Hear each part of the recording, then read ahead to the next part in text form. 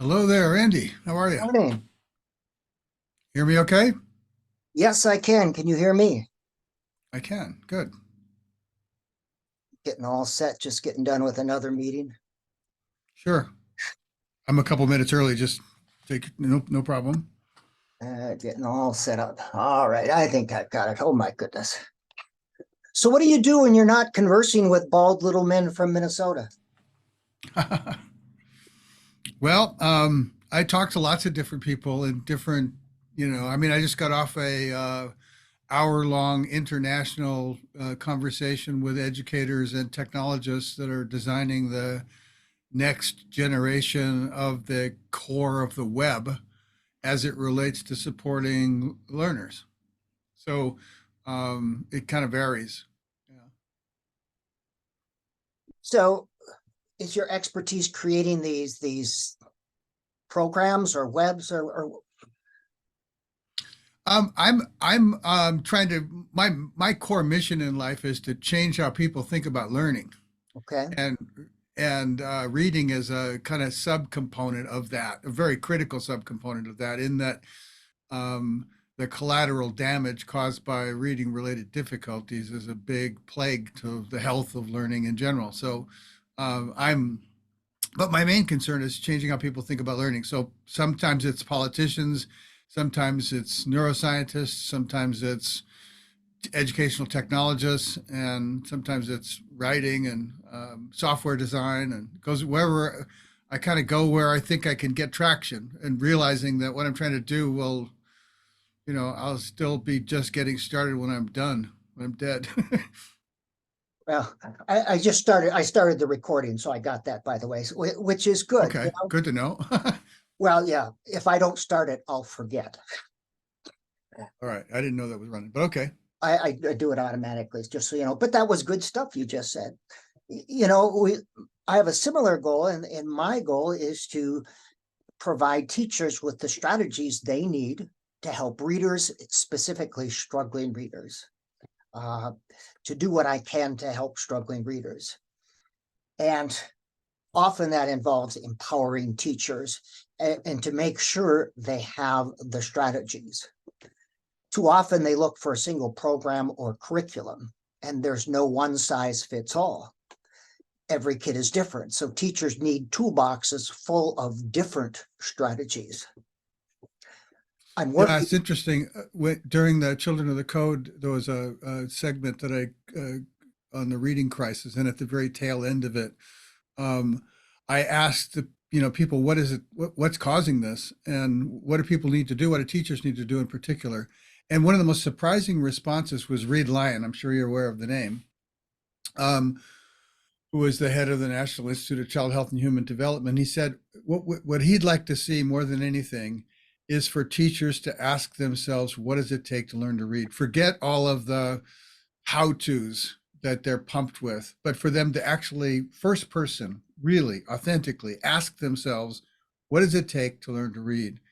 And to come from that in learning about the different strategies that they might employ, rather than to be kind of robotic. Now I'm my language now, rather than becoming robotic extensions of protocols to teach they don't first person get. I hate to burst your bubble, Dave, Yeah, that's but okay. You won't. my goal is to get you to smile today, by the way. Okay. All right. Okay, got a little smile out of you. Hate to burst your bubble, but Reid Lyon is not the person I would turn to for advice on reading instruction. Matter of I fact, didn't turn to him for advice on reading instruction. I interviewed 100 people that were involved in all of this, and yes, Reid Lyon was just one of them. I was surprised that he said that rather than came off with phonics or some other prescriptive approach, that he was saying teachers should ask that question, which I agree with. I think that teachers need to be first person learners before they can be good teachers. let me rephrase it and put it There in you a go. declarative statement. What the hell does Reid Lyon know about reading instruction just because he's head of something? And that is one of the problems. Too often we look for political appointees, Reid Lyon, to give us advice. And we think, well, they're head of this national agency. They must know what the hell they're talking about. Same with the National Reading Panel. that was headed by Yeah, a yeah, yeah, yeah. physicist. Look, we're going to disagree on all that stuff. I mean, first of all, I don't take anybody, you, them, or any of them, on face value and say they're an authority. I should just go with what they think because they're an authority. That isn't in my book. That isn't how I operate. But Reed Lyon sat on top of 20 years of leading the research arm of the National Institute of Health and the National Institute of Child Health and Human Development, reporting to Congress and into three different presidents about reading. He put reading on the political map in Washington, D.C., right, in a way that you might disagree with his conclusions, but the spirit of his intent was as good as yours or anybody else's in this field. But again, he put it on the political map. He is not a literacy expert. On the political map, not on the educational map. The National Institute of Child Health, that has nothing to do with reading. Yes, they go into reading, but they go into areas of which they have no expertise. I'm sorry. And that's first of all, he was a cognitive scientist with neuroscience background himself. Yes, again, that's different from reading, literacy experts. They're experts in methodology, but why would you discount the thousands of people in the International Literacy Association, the National Council of Teachers of English? Why would you? But I wouldn't. You don't put words in my mouth. I'm not I shouldn't discounting say anybody. Okay, the royal you, not you. Sorry. Why would one? Thanks for correcting me, David. Why would one count on it? Discount thousands of people and decades of research in favor of Reed Lyon? It's not Reed Lyon. It's tens of thousands of research studies that created an aggregate understanding that I agree was biased for the reasons we talked about last time. They look at it through a particular lens that changes everything they see, and their science is based on it, just like you look at it through a particular lens that biases everything you think. So it just like I do, right? So we all have that. I'm just like we started with the last time we had this conversation. I think it's important not to demonize anybody or diminish anybody. We all have good intentions. We're grabbing the elephant from a different part with a different mental lens, a different set of magic glasses. So we see what we see. It's different. I agree with you. Nobody should be discounted. At the same time, nobody should be considered an authority just because there's 10,000 literacy workers or 10,000 research studies. That doesn't mean anything to me. Well, here's the thing. If I'm going to have a biased lens, I would want it biased in favor of the literacy research experts. If I'm going to medical advice, I'm going to the AMA. I'm more apt to listen to them than listen to a bald guy who's read a lot of studies, medical studies. I don't have the expertise to ask the right questions related to medical or finance. Those people, one should not rely on Reed Lyon, even though he is a neurocognitive. Nobody's relying on Reed Lyon. I made a statement that said I was kind of surprised, given his strong advocacy of phonics, that rather than saying teachers need to learn how to teach phonics, that he'd say teachers need to learn first person to understand what is involved in learning to read. I thought that was a break from the kind of mechanism or the mechanistic way that those people think. And so I'm sharing that with you. Not that I'm relying on him in any way, shape, or form, or that anybody should. Not you. His very statement was, don't rely on me, don't rely on you, rely on your own first person learning. And that's where I come in agreement with him. So not related to you. And this is what often happens. They are not equivalent sources. The National Institute of Child Health is not an equivalent source as the International Literacy Association. Yeah, they were just an agency to aggregate research. It wasn't that this involved UMass research on eye studies. This involved cognitive science around the world. This involved neuroscience. It wasn't about the national. It was just an agency that had enough of a concern about the health of children and recognized that children's health was being sabotaged by reading. One of the things that came out of that was, there was a phase during the 90s and 80s and what have you, where everybody was concerned with social, emotional well-being for children in preschool. And what these guys came back and said was, you can do all you want to pump up the self-esteem of preschoolers. If they hit the wall in the third grade with reading, all that self-esteem goes down the drain. right? So they were concerned with health, and inside that, they picked reading as a focus and brought government resources and attention to it in a way. So do I agree with them in all respects? No, any more than I agree with you. But do I discount them? No. So reading impacts health. I agree with that. In the same way, health impacts students' ability to learn to read. Sure. They're interactive. And I'm saying this not for you, but we do have a listener or two that tunes Right. in. And too Right. often, someone like Reed Lyon is cited as a source. The National Institute of Child Health and Development, that's cited as a legitimate source. And that's part of the problem, parsing through what is a legitimate source. Yeah, well, that's why I was so impressed with his statement that the most important legitimate source is for teachers to learn their way into this. And I'm saying I wouldn't listen to what he said if he agreed with me or not. He is not Yeah, a well, legitimate that source. that's an unfortunate learning disability that you're dealing with. I can't help you with that one. We have to. We have to look at our sources in order to be responsible consumers of educational research. Sure, and sources are informing us without necessarily being an authority that's determining, right? So, Yes. for example, I mean, one of the ways that I look at a lot of literacy-related research is it's kind of like Renaissance cannon fire. You know, we fire a ball, we get information about where we hit, and then we adjust the cannon so that we can fire it better and more efficiently the next time. And that's a kind of an outside in approach to calibrating instruction, right? That's entirely different than a neuroscience approach to from the inside out. What is the brain doing to create this internal virtualized reading experience, language experience? So Right. So they both, there's a value to both, but neither one of them are the end all. And the problem we are facing with the science of reading advocates is they are looking to non-literacy experts like Reed Lyon or someone else. They're citing children of the code to come to conclusions about things.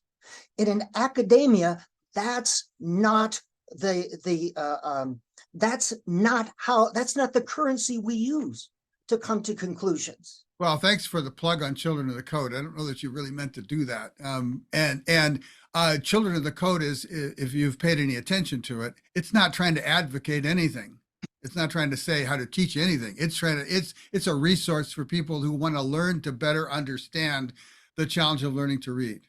Yes, and I'm sure it's a valuable source, but we don't cite it with declarative statements in coming to know and understand what should be used in reading instruction.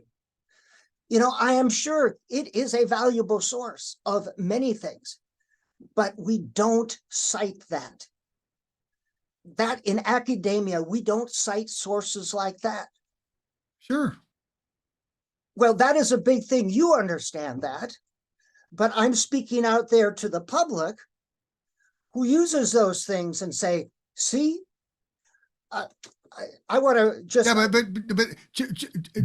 but there's a difference between you're operating at a really high level there. Nobody's going to cite Children of the Code or Reed Lyon per se as an authority. They're going to be much more specific in saying, I just read this thing from this scientist that it happened to happen in the context of Children of the Code, right? So they read something Perfetti said, or they read something that Stanovich said, or they read something that Louisa Moat said, or Reed Lyon said, or Whitehurst said, or one of the other neuroscientists that I talked to, or something like that. So those things were designed to help people who want to learn not how to race off into teaching, but to actually understand what the challenges are. But the decision makers, and I've been at the state legislature, are citing these people as experts. And therein lies the problem. They are using that data, unquote, quote, unquote, to come to conclusions about reading. They're citing the Mississippi Miracle as something that's true and real. Yeah. And that is the problem. I I- think you understand that. And I have to bring it down at the level of administrators and unfortunately state legislatures and parents. Those are the ones who are making the bad decisions about letters and about the science of reading and about curriculum. That's going to impact struggling readers and disproportionately impact students of color. Yeah, I guess that one of the differences is our orientation here. I'm not trying to persuade anybody to do anything. I'm trying to be a resource for people that really want to learn. Yep. Right. Which is different than saying, at the level of what's going on in the state houses and what's going on. I mean, it's a mess. I grant you, it's a mess. So's our politics. So's our all countries kind of in a messy state with all kinds of factions competing with belief against belief without any kind of deep shared meaning-based dialogue, right? So my interest in our conversations is to try to get underneath that. I can't play ping pong with you about what state legislators ought to do. I mean, that's just not, I mean, and I don't think you're going to get anywhere trying to beat that horse either. I mean, we're going to need an army of people who are more first person learning oriented and compassionate about what's going on with children and are asking the right questions themselves to become consumers, smart consumers of what you have to say, what I have to say, what others have to say, and trying to persuade them to jump over that, to just follow somebody's lead, whether it's your lead or anybody else's, is how we got into this mess. Responsible consumers of educational research. Remember, it's peer-reviewed research published in academic journals, which is the currency in academia. It's how we make decisions and come to know the world. Yeah, and there's a limit to, especially in the context of the people that you were just talking about, whether or not they're going to be consumers of that is a question of mine. I don't think they're going to be consumers of in-depth, peer-reviewed journal studies, right? Absolutely as a basis not. of coming to the, right? Absolutely not. But they should know enough to know how much they don't know. And that's my job as a responsible, the taxpayers pay me to be an expert on these things. And instead of going to Emily Hanford, who is not an expert on reading, probably never taught a reading class in her life, probably never read a research-based journal article about reading, but yet they turn to a non-expert to come to know because she's got a great story. She's a great radio journalist, which I have no doubt. And stories have this emotional pull. And Sure. that's my frustration. That's part of your shtick too. I mean, you're really animated and you're got the professorial vibe going with the comic dash to it, with an intention of being more engaging and entertaining, right? This is just how I am. I drink too much coffee. Okay. All right. I mean, it's iced tea. Okay. All right. Fair enough. Someday I hope to have. Look, again, I want to stay away from bashing personalities because I do think, like we talked about last time, we're all coming from a good place. Yep. We've just got a different set of glasses on and they're determining what we see. And what we got to do is kind of agree to suspend our glasses long enough to have a conversation that gets underneath. The conversation, I think we agree on that. It's okay for people to disagree. Yep. It's essential that people disagree. That's how we evolve. When we devolve is when people get into the pejorative statements and the name calling. Yeah. I had a person just this week. I think I just said that. Yeah. Yes, you did say that. So I'm reinforcing. Okay, good. You got dimples when you smile, David. That's incredible. Yeah. Yeah. It's fair enough. It's very mission accomplished. Now we can get serious, right? But someone, I posted a thing about how to prepare expert reading teachers. It was a podcast thing, which is good. And I really appreciate when people disagree, because as I said, it causes me to go back and either reinforce what I believe or to change. And instead of addressing, she said things like, and I have it right here, indoctrinate, dogma, confirmation bias, abysmal results. She just used all these negative terms. And I Yep. kept saying, what is it that you disagree with? With what do you disagree? I don't know why I brought that up. It just, Look, I have the same problem. I mean, one of the things that I'm enjoying about our conversation is that we can have the conversation, right? I have, I have, absolutely. I probably had, there's nothing, back to the Emily Hanford for a moment. There's nothing that I've seen her put out that Children of the Code didn't cover 20 years ago, right? So, and there's nothing in it that I found that's new. On the other hand, as she was spinning up, I said, let's have a dialogue. Let's have a conversation. Let's get underneath your assumption set. 5 or 6 times I've reached out to her. She won't talk with me. Now, that used to be anybody would talk with me, right? And it's because they don't want it. They don't want to have me push against their assumption set, right? And that's kind of common.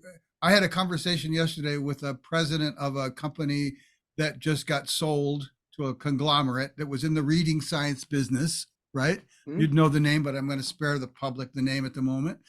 And he's first main. He's constantly buddy buddy with Emily Hanford and with a bunch of other big names in the top 10 names in the reading science world. And he appreciated our last conversation, and I asked him, you know, can you get these other people in the tank? I'd like to see you and I and all of them online at the same time, carefully, methodically, one by one, deconstructing our assumptions and talking about them rather than bashing back and forth. That would be a And lovely thing, David. yep, and we're talking about trying to find ways to do that. And the problem is that there's an enormous amount of reputation risk and income risk associated with changing your paradigm when your paradigm is associated with your reputation and your income, right? Exactly. You won the prize, income and reputation. Yep. Do you think that Louisa Moats is ever going to change her view on things? It would cost her a lot of money if she said, oh, I am wrong. I guess Andy is right. Well, let's not go to Andy's right, but is she capable of learning in a way that changes her mind? I think so. I mean, I spent 6 hours in conversation with her, and we did things that part of which has been shared, part of which hasn't been shared, in which I could tell when we were talking about something that hadn't occurred to her, and she'd struggle with it and come forth honestly with her response, even if it was different than anything she had talked about or thought about before. So I think that most of these people, again, are coming from a good place. The only thing that's working against us, and I think it's working against us across the board, is the reputation and income risk aversion that keeps people from changing the paradigms they're noted for. By the way, people won't talk with me either. And I think it's just because they don't like me. I think it's my personality. I don't think that. I think you're a pretty likable guy. But Thank you, David. like the last time, when you said something to the effect, "No, I didn't come up with the smear campaign terminology, but I wish I had." That Yeah. that kind of plays into the ping pong game warfare that I'm talking about, right? That you can be a hostile in your negativity towards them in a way that isn't encouraging of a dialogue. Right. Right. Exactly. I did an interesting assignment this week. I had my graduate students look at Louisa Moats' white paper that's on her website to support letters. And each of them looked at a different study that she cited. And the question was, analyze the study. Does it support the statement that she is making, yes or no? And so far, it's 100% saying this is baloney. What she's citing, it's a bad study, and it doesn't support her statements. And that's why I have trouble with Louisa Moats, because I don't think she's a very good scholar, and I don't know which is scarier, that she believes that she's doing the right thing, or that she knows she's not doing the right thing and she does it anyway. But these are the people that are making Yeah, an yeah, yeah, impact yeah. on I teachers. don't want to do this. I don't want to do this part, right? I mean, Okay. Fair enough. I don't want to bash people. I don't want to put them down. I do think Louisa's coming from a good place. She really cares about you. I mean, I felt her compassion, Okay, right? fair enough. I think she understands that there's a lot of, just like you do, and maybe even different because you don't think as many kids are at risk as perhaps they do, right? But Oh, I think there's lots of kids at risk, and I think she's putting them more at risk. and they would say that you are. So that we can go back and forth on that, right? And they can stack up research that they say confirms their point, just like you can, right? And my point again is, But you mine guys would are be both. real research, of You, course. theirs would be real research, No, of it course. would not. I've looked at Yeah, Louisa Moats. yeah. I've studied her. And I tutor kids in the summer. That's what I do. And I work with teachers. And what she is putting out there impacts kids in a very real way. Now, I started with 2 kids this summer, and they're struggling readers, severely struggling readers. And you think, okay, struggling readers, just implement program A. But every kid is different. Every kid needs something a little bit different. And the biggest thing I have to address with struggling readers is the emotional element. And Oh, good. Now we're on to something we can actually talk about. Excellent. Thank you. Yes, that emotional element is the thing that we have to address before anything is addressed. So, do you want to talk about emotions? Yep. Yep. David and I great. talking about emotions, getting all touchy-feely. Well, yeah. And there's another part of emotion that's not so touchy-feely, but that's motivational to everything that the mind's doing, right? Yep. Right. So let me use an example. Recently we had when we put the last video of our conversation up on YouTube, we had problems with the comments for a while, and I want to ask you to just be an honest witness to this now. Do you experience difficulty yourself with dealing with vagaries of YouTube? Vagaries, explain. The complexity, the difficulty. Do you find difficulty yourself dealing with the technology, the conventions of YouTube? Yeah, but I thought it was just me because I'm not an expert YouTuber. I just post things there.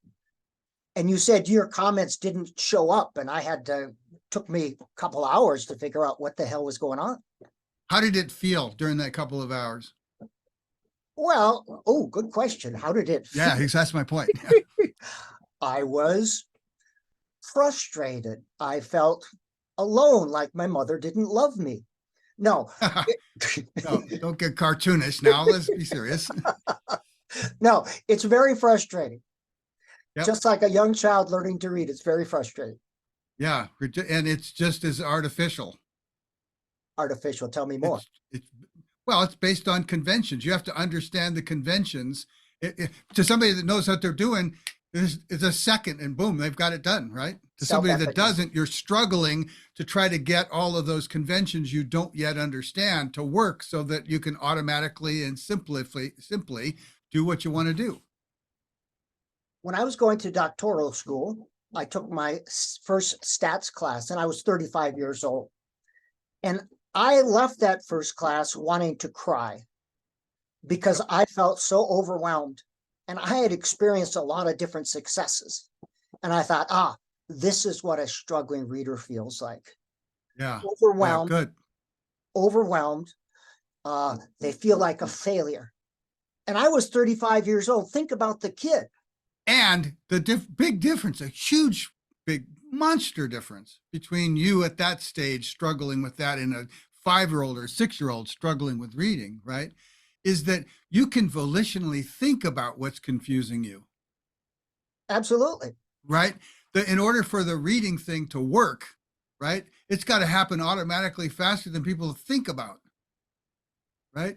So the kid's challenge is even more artificial than your challenge with getting YouTube to work or your whatever you were studying in college. It's more based on conventions that you don't understand. And yet it's got to happen automatically faster than you can even think.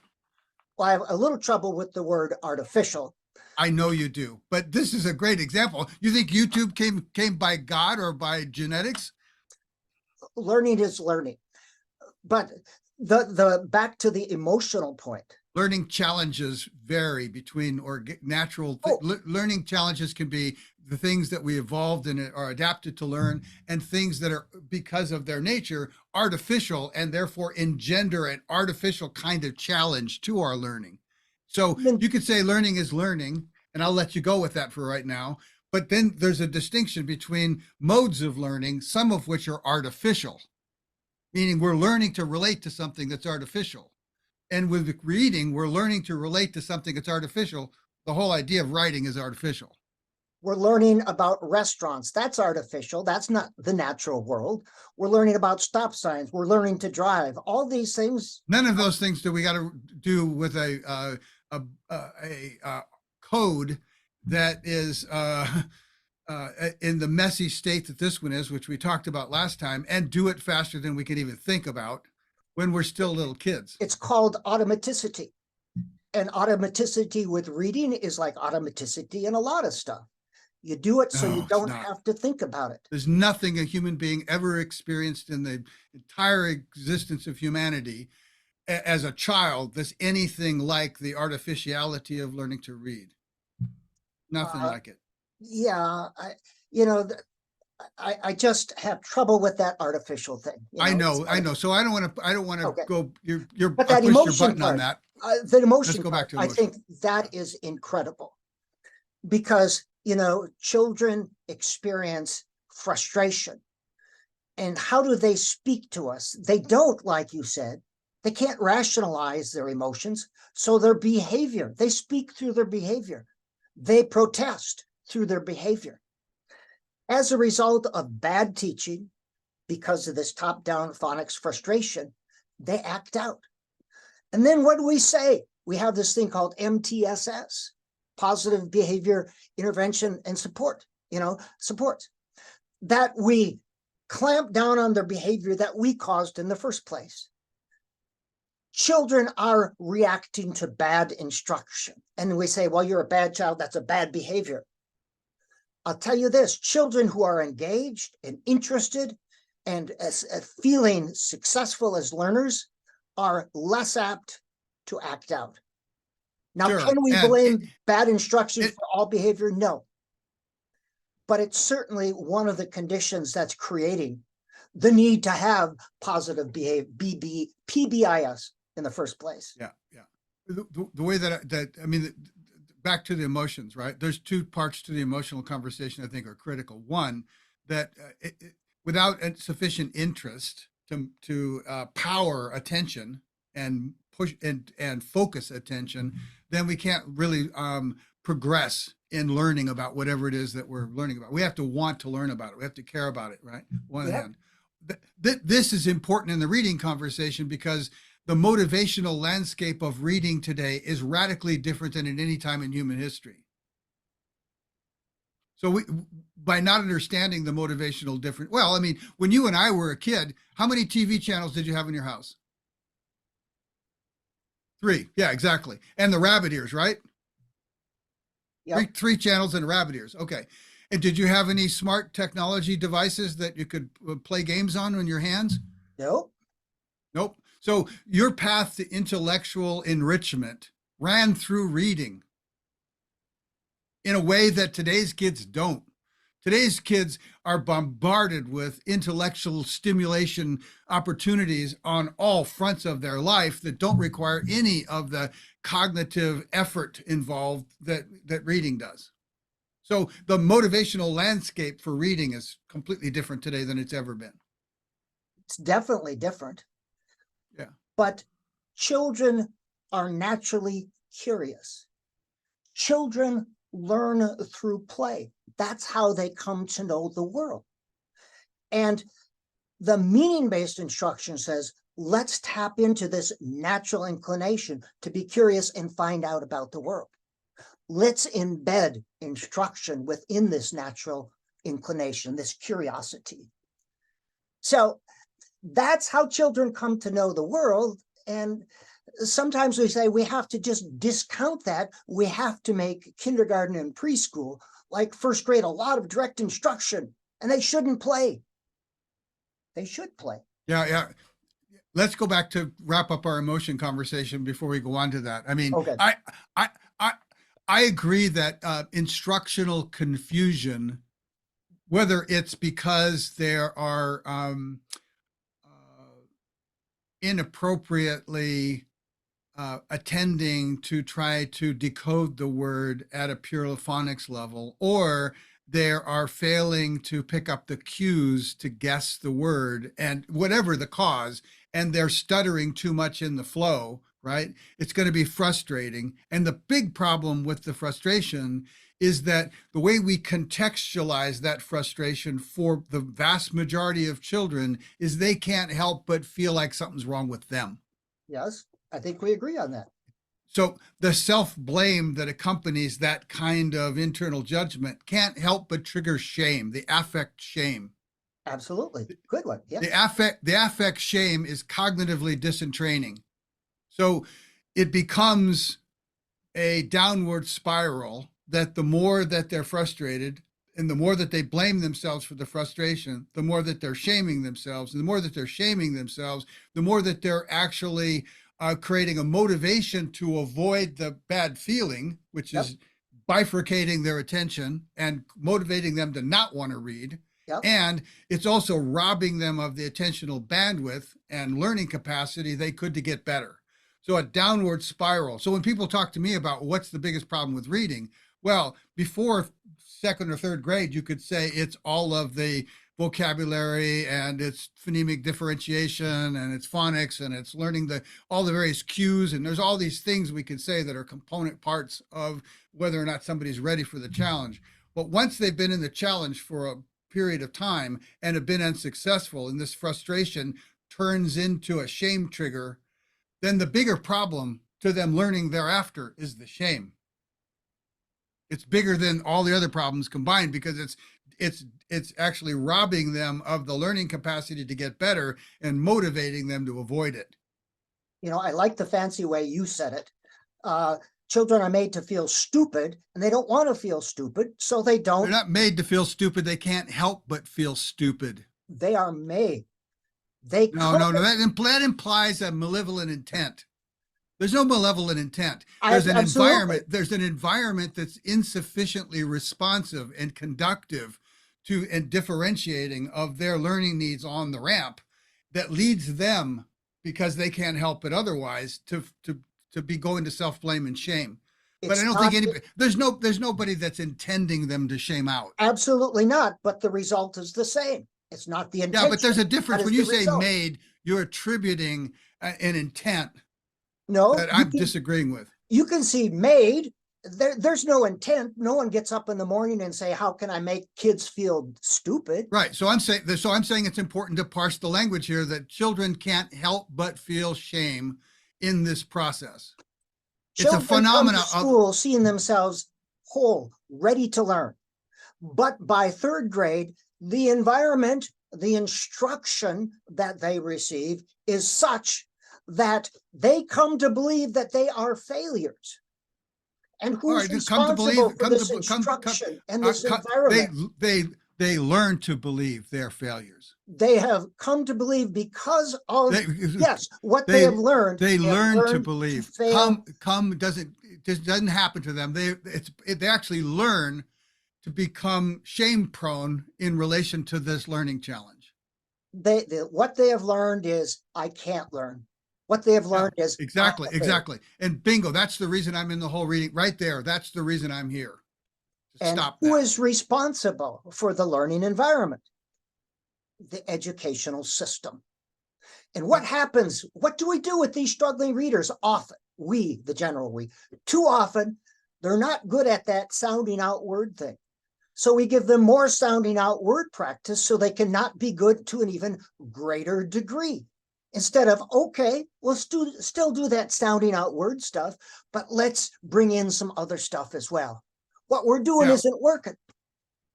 Oh, I couldn't agree with that anymore. I mean, that's why I'm here, right? And I don't want him to be sounding out. I also don't want him to be guessing.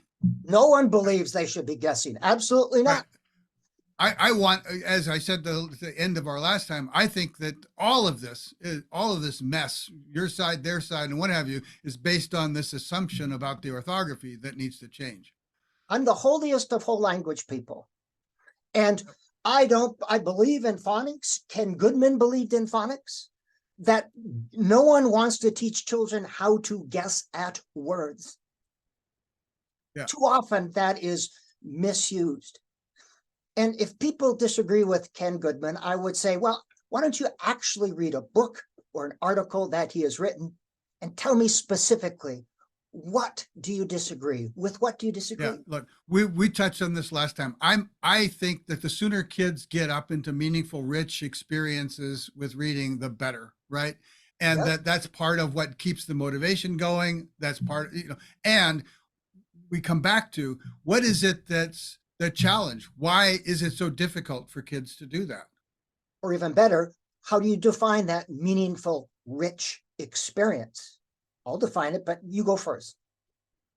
Well, I want to ask the question not from the perspective of the provider of instruction, right? Which I think is your orientation, but rather from the perspective of, I'm a child.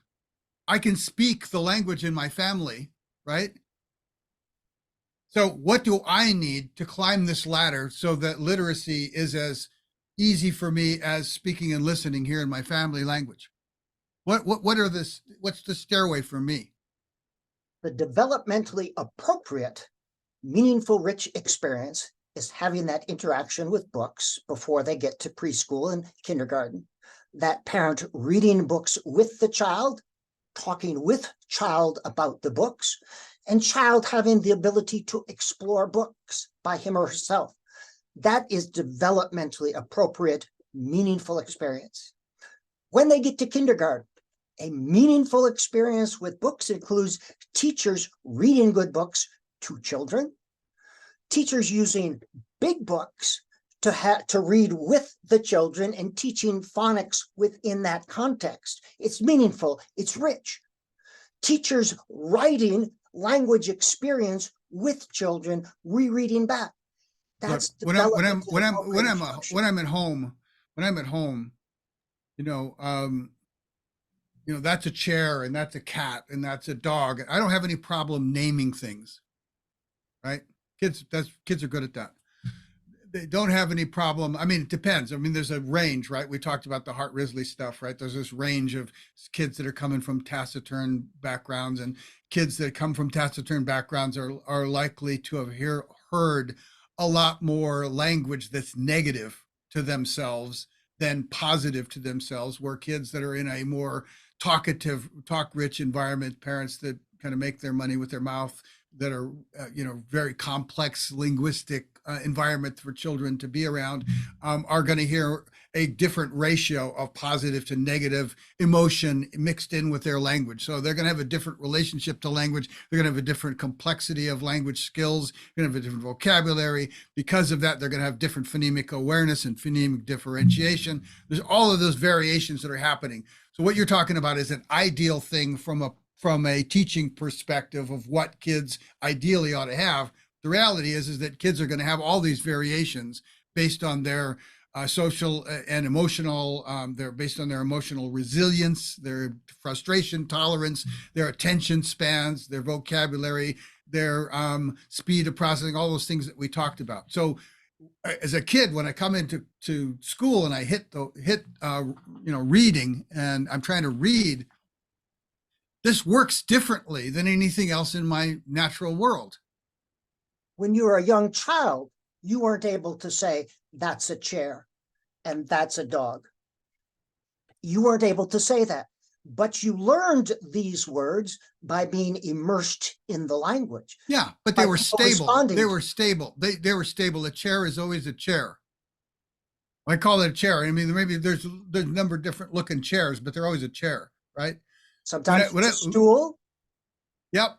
Okay. So when I was teaching my child, it was like you want to use as general a language as you can, right? So that, but putting that aside, my point is that the kind of language that children learn at home is much less ambiguous than the way letters and sounds in writing systems relate to words. There's a different kind of complexity involved.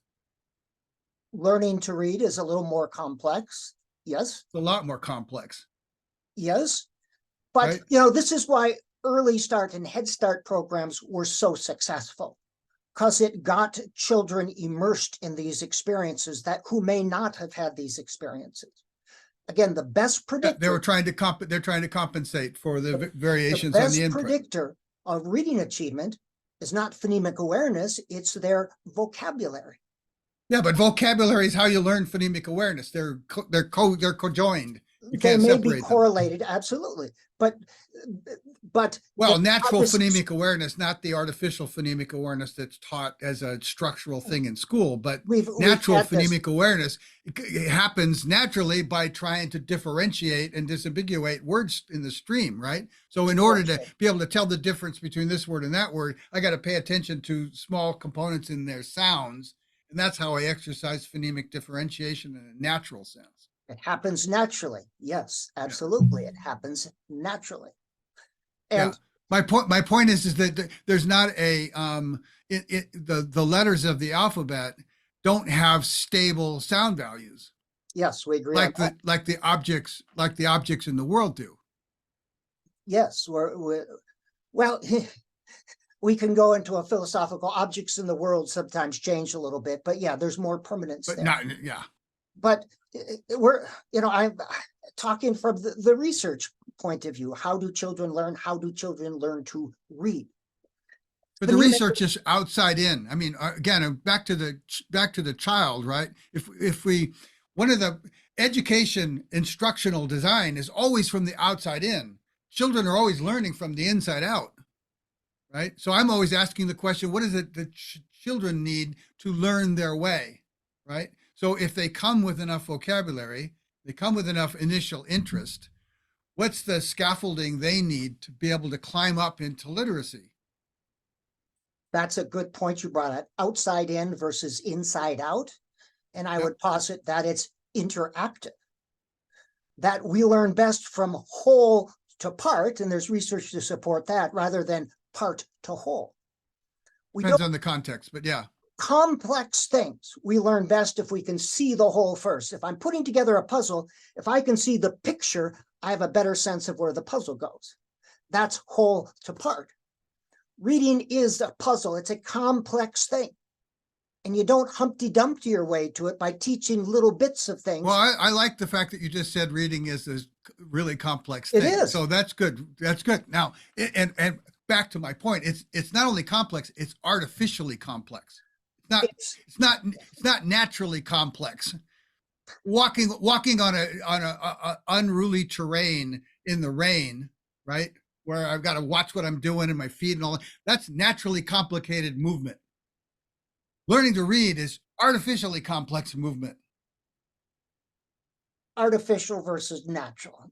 Learning to deer hunt is a very complex skill. You have to read all the signs, and it's taken me 50 years to be an adequate deer hunter, and I'm probably worse now Sorry than for I the was. deer. Yeah, I've been deer hunting for 50 years, and my eyes are worse, my ears are worse, but of all this experience and knowledge built up in the head, I see things and I react to things better. So it was a bottom up, but top down experience as well. Sure. And the ancestors 10,000 years ago doing it with a bow instead of a gun were doing something that didn't have anything to do with our modern technological world that you were doing, again, except for the gun, right? So you're doing the same kind of thing. What kids are doing today when they're talking about reading is not at all related to what you just described. It's an entirely different kind of challenge. Again, yes, absolutely. Deer hunting and reading are much different. But the analogy is that humans learn complex things better from whole to part rather than part to whole. And a complex thing, whether it's artificial or natural, doesn't make any difference. But what the science of reading people often do is let's take this. It makes enormous difference. When you talk about learning something that's complex thing, break it into parts, teach all the little parts separately, and at the end they'll put all the parts together. That's Humpty Dumpty in thinking. Yeah. Well, That's not again, how human beings I don't work. want to I don't want to defend phonics because I think phonics is as nuts as what you're talking about. But it's an important part of learning to read. Absolutely. It has been given the fixity and immutability of the orthography we use to teach kids to read. It Putting doesn't have to be in letters the future. to sound, identifying letters and sound and letter patterns is a very important part of learning to read. Yes, but it doesn't need to be taught abstractly in the way that it's being Absolutely. taught We today. agree on that. It should be taught in a meaningful, rich environment. It should be taught in an orthography that's responsive to the learning needs as they occur rather than abstractly up in front. It should be So- taught developmentally appropriate. Which would mean the developmentally appropriate learning of children happens on the real-time live edge of right now, Yes. right? Learning to walk, learning to talk, learning to listen, learning to taste, learning to manipulate fine objects. All these things happen on the live edge of right now, and they learn by getting feedback from themselves in the act of participating. Just like There's no talking. such, Yes. yes, the reading doesn't work that way. It does work. Reading that way. requires conforming the process to external outside conventions, artificial conventions, not internal. When I'm learning to touch or taste or talk or walk, I can do all of that from calibrating my own internal participation, from my own sensations.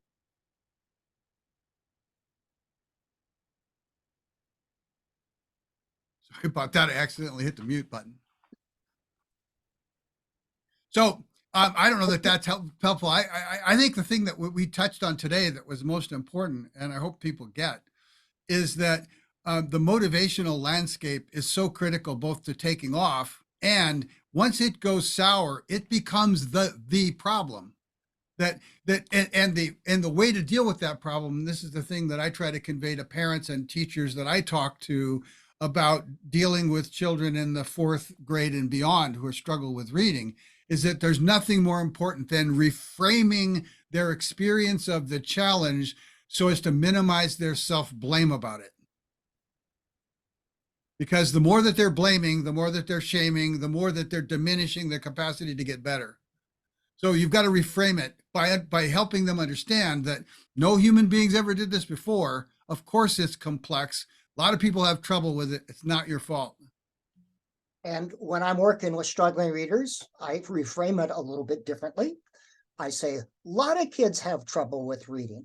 Not a big deal. We all learn different things at different rates differently. Let's see what we can do to help you. And that is the start of thing, to take that emotional pressure off.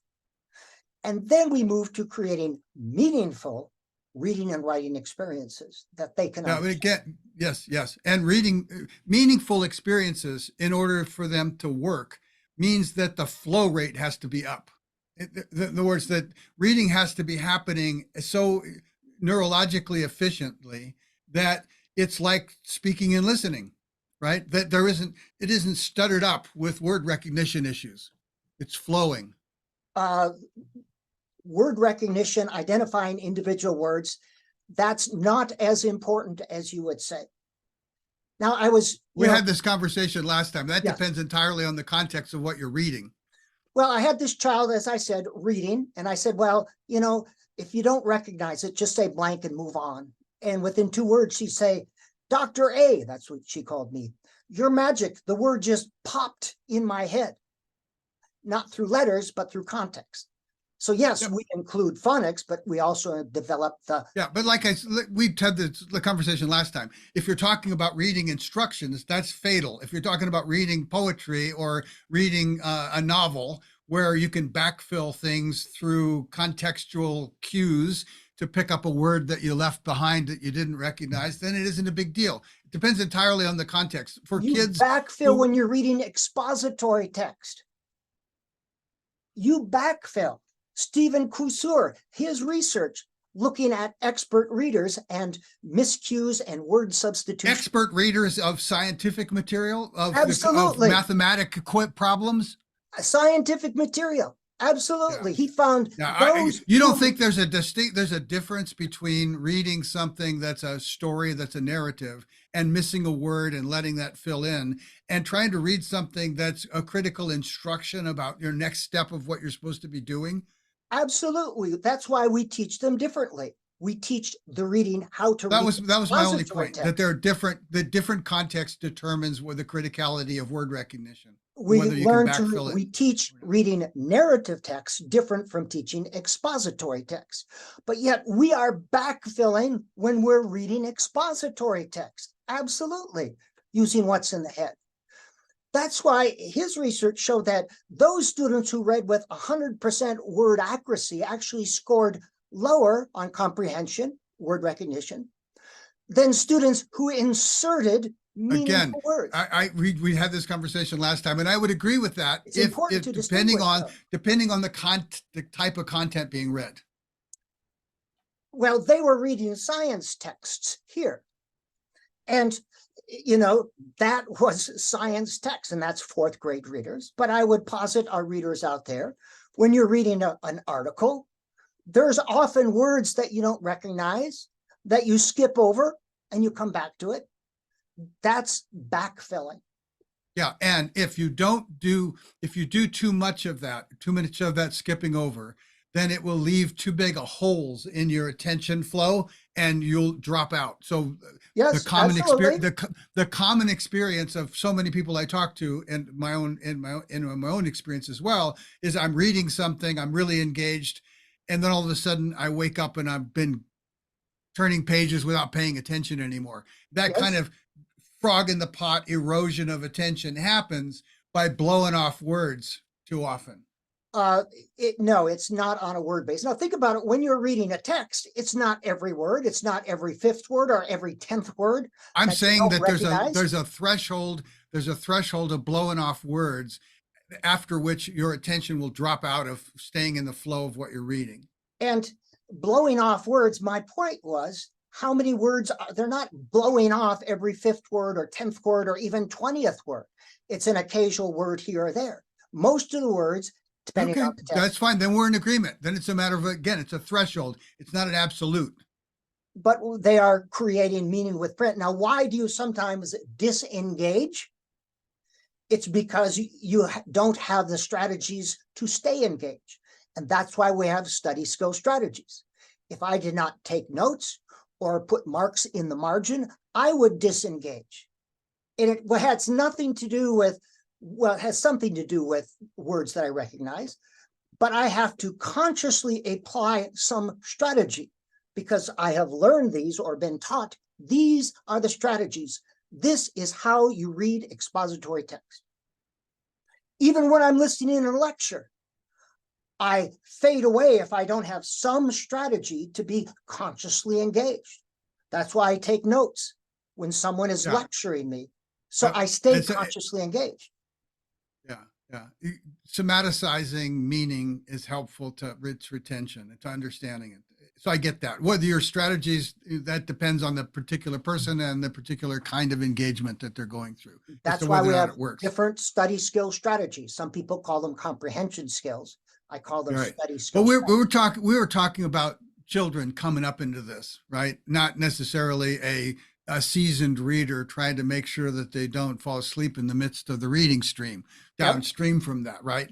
So in the beginning, we're still talking about there has to be a fluidity. You're saying that if this that I'm saying there's a concern for how much there's a stuttering that's breaking up comprehensional entrainment, right? Attentional entrainment in the flow of meaning, right? That if it breaks up too much, it becomes frustrating and there's an erosion of the capacity to stay in it. And there's a dropout, and the dropouts are frustrating. They lead to the emotional stuff we talked about. That's one side. And you're saying, okay, well, yes, but they don't have to get all the words right because sometimes they can just skip over them and they'll backfill. And I agree with that to a point, depending on the context of what they're reading, the criticality of what they're reading. It wasn't exactly what I said, but there are three deficit areas of reading: word recognition, fluency, and comprehension. Now, how is fluency and comprehension not a downstream consequence of word recognition problems. Some people recognize words just fine, but they're not comprehending. Do they recognize them just fine, or is the attentional energy involved in recognition so much that they don't have the bandwidth left over for the kind of comprehensional reflection that's needed? They recognize them just fine. I have worked with How do struggling. you know this? My understanding Because is as you work with them and as you read, you see them recognizing the words, reading very fast. no, I mean, I'm talking about like what is the brain work involved in that? Sometimes it can recognize a word, but there's a varying degrees of effort from complete, instant, effortless sight word to something that does create, even though it doesn't slow them down in an obvious way that would be obvious to an external observer. We were But talking it's still less efficient word recognition. And if word recognition is less efficient, it's going to drag attentional bandwidth from comprehension. we were talking about reading deficit areas. All right. And I've read the research and I've actually worked with children that can read and identify the words very quickly, but they don't comprehend. And we have to have a strategy. It had nothing to do with word identification.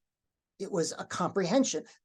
I question whether we have the assessment systems capable of disentangling that. We Theoretically, we do. Oh yeah, Yeah. I've never heard of them.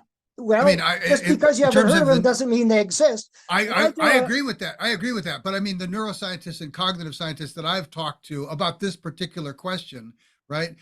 They would be on the side that yes, word recognition isn't just a digital 1 or 0. It's an analog thing that can be super efficient or less efficient and still be recognizable, right? So if it's less efficient, it's taking cognitive bandwidth to get to recognition in a way that's different than if it's super efficient. And if it's draining cognitive bandwidth in the recognition process, it's draining cognitive bandwidth away from comprehension. And that neuroscientifically, we can see parts of that, right, in the fMRI scans and in other scans. And I'm asking, how do you know that the word recognition is always digital 1 or 0, that there's not varying effort involved in word recognition? Let me respond to your question. Maybe instead of neurosciences, you should talk to reading teachers. It's called a qualitative reading inventory or a miscue analysis with comprehension questions. Yeah, that's what I meant by Renaissance cannon fire. So you fire something and then you see how many people get it. I mean, that's different than bottoms up kind of watching the brain. As I was explaining, yeah, it didn't quite get through to my point. Miscue All right, analysis, sorry, go ahead. qualitative reading inventory tells you the type of miscues students are making. It tells you the fluency and it gives you a comprehension measure. And you see which area they struggle with. All struggling readers are not the same. According to the assessment structure and its assumptions about what it's monitoring. Again, absolutely. how can you if you could say, you know, if you could look at the nanoseconds of processing in the brain and say some words, the recognition takes, 50 nanoseconds, and in other words, it takes 200 nanoseconds, it still looks to the outside world like it went like that. But that difference is a huge difference in terms of brain processing time. Back to reading and reading teachers, all struggling readers are not the same. Yeah, I never said they were. I'm just saying readers word recognition is not the same. Word identification. There are some very good word identifiers who struggle with fluency. Some word identifications struggle with comprehension. And you're going to say, aren't word identification and fluency the same? No, not all. No, I'm not saying that. I'm saying they can be related I'm saying they can be related in a way that your assessment systems can't see. Well, they're all interactive.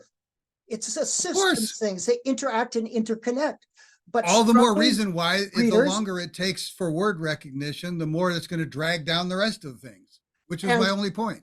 Well, word recognition is an important part, but we recognize words semantically and syntactically as well. Yeah. And there are, when you get a struggling reader, you can't say, oh, struggling reader, word identification. That's what we need to do. Because sometimes it's comprehension, sometimes it's fluency. Yeah, I I don't have any difference with that. I'm just saying they are interrelated, and that word recognition is not a unitary on-off thing, that there's a variety of or a variation in word recognition and identification that can take more or less neurological effort, and that even with that variation would look the same to an outside observer, right? And that therefore the time it's taking and the processing it's involved in word recognition and identification can be more or less efficient in ways that affect fluency and comprehension. That was my only point. If I Nothing understand, you said has touched that yet. some kids recognize words good, some kids don't. I think that was Yeah, and even the what you one, said. even the my point is simply that you said some kids recognize words and they're and yet they have comprehension problems, and there's no connection between the two. It's I like didn't say they're there's no connection, but you handle them differently. Their main deficit area for some readers is comprehension and not word identification. And I've worked with these kids. They're identifying words just fine, but they're not comprehending. I've worked with young children. I've worked with a 12th grader. I've worked I with understand. middle I school kids. understand. And I'm just saying you don't track with them well enough, despite your gifts, to be able to know what kind of efforts going on in the brain to get to that identification and recognition, so that you can rule out its effect on comprehension. That's not possible. So, but Well, I don't know that this is an over travel into what was I thought a kind of minor point on the side. I don't disagree that there are these different levels, but these are. And I don't disagree, and I think we do agree that they're all intertwined. They're all interdependent on one another. And it's because they're interdependent that I challenge the notion that word recognition or identification is a stable, neurological, digital, temporally simple event. It's a complicated, time-consuming event in the micro time of processing. So the idea of how do we measure reading in real time? And I think you lean towards, but this idea, maybe you don't, but we can use brain imaging to study real-time reading. And we should rely on brain imaging to. No, we shouldn't rely on it. We should be informed by it. I don't rely on any. We should be informed by everything, including including miscue analysis. Yep. That is one way. It's not the best way, the perfect way. And verbal protocols help as well. But to say that we should only rely on standardized tests, and you're not saying that, or only on brain imaging, you're not saying that, and only no one's saying that. But one of the better ways to analyze reading in real time is the miscue analysis, because you're seeing, they're doing it verbally instead of reading it, silently. So it's somewhat artificial there, but it's one of the better ways, but yet it's discounted because we don't use control. I'd feel a whole lot better about that if it was done in some kind of a environment where the child was being assessed for their cues by a machine rather than a human, or in the context of a class, because of the shame effect on the mistakes. Anytime you're bringing in a machine, it's an unreal event. Well, God damn it, the code's an unreal event. That's my point. The code is itself a machine. But children reading the code in a classroom, that is a real thing. That's how they read. As artificial, they never happened in nature, man. That's a completely contrived, human invented situation. And my point simply is back to what we were talking about, emotion and motivation. That's the key, right? That's what we agreed that was the key. Doing this artificial thing in a classroom, that is a more real thing, because that reflects reality, than if they're doing this artificial thing for a machine or in front of a machine or in a testing situation. Children. Yeah, it's also no, first of all, the machine, this is about teaching reading, ultimately is about teaching the brain to behave like a machine, right? An artificial machine. It's about that's the end result of it. One. Two, kids are shame averse, right? Incredibly shame averse. All of us are. You are, I am. We're all shame averse. So kids, of the kids I interviewed, I must have interviewed 100 kids over time. There's 50 or something on the Children of the Code site that I talked to about this particular point. There's nothing that terrifies them more than reading in public, in the classroom. Nothing. That's why round robin reading is so bad.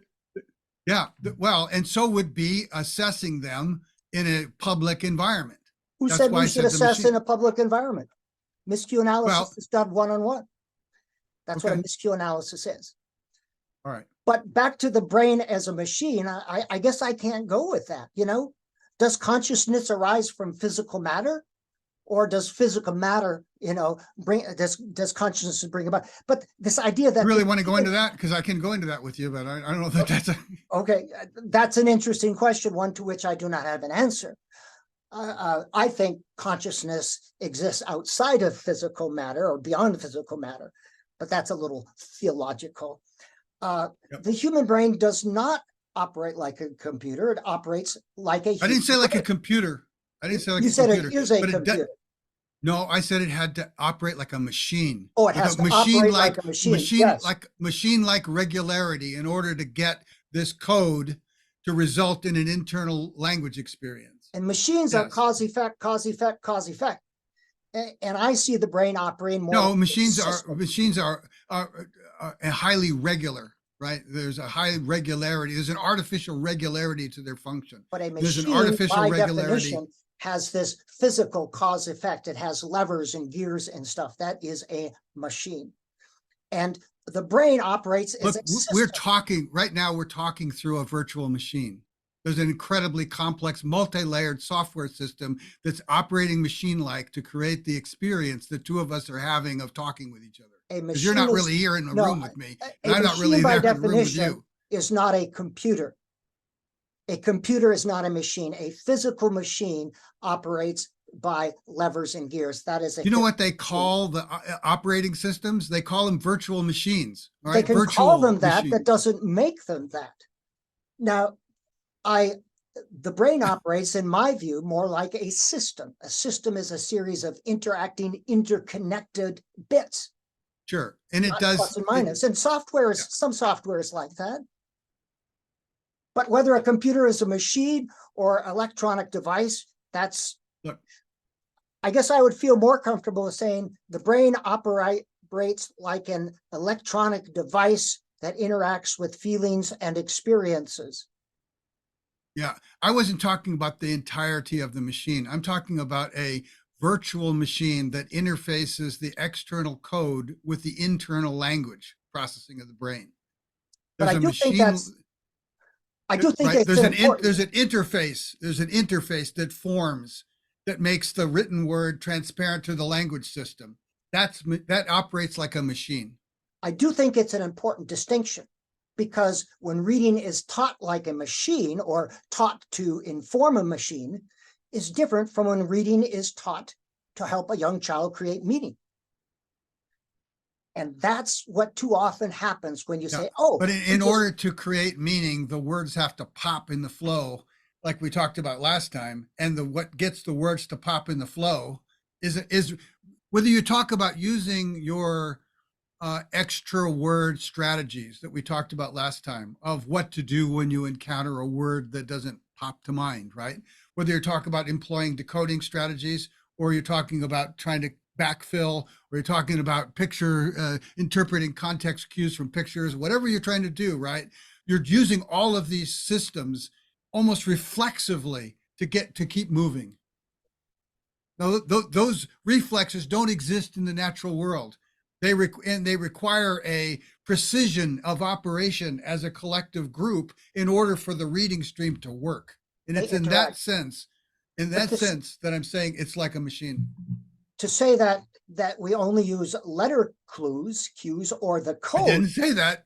No, but when you say we need to rely on the code to get words to pop in the brain. Well, there is the code. I'm not reading. I mean, if I pick up a book or a pamphlet or a table or even the words behind your head on that screen, right? I am looking at letters. I am looking at the written word. That is a code of sorts that my mind is making. And my point is, if you're only using that, you're not as efficient.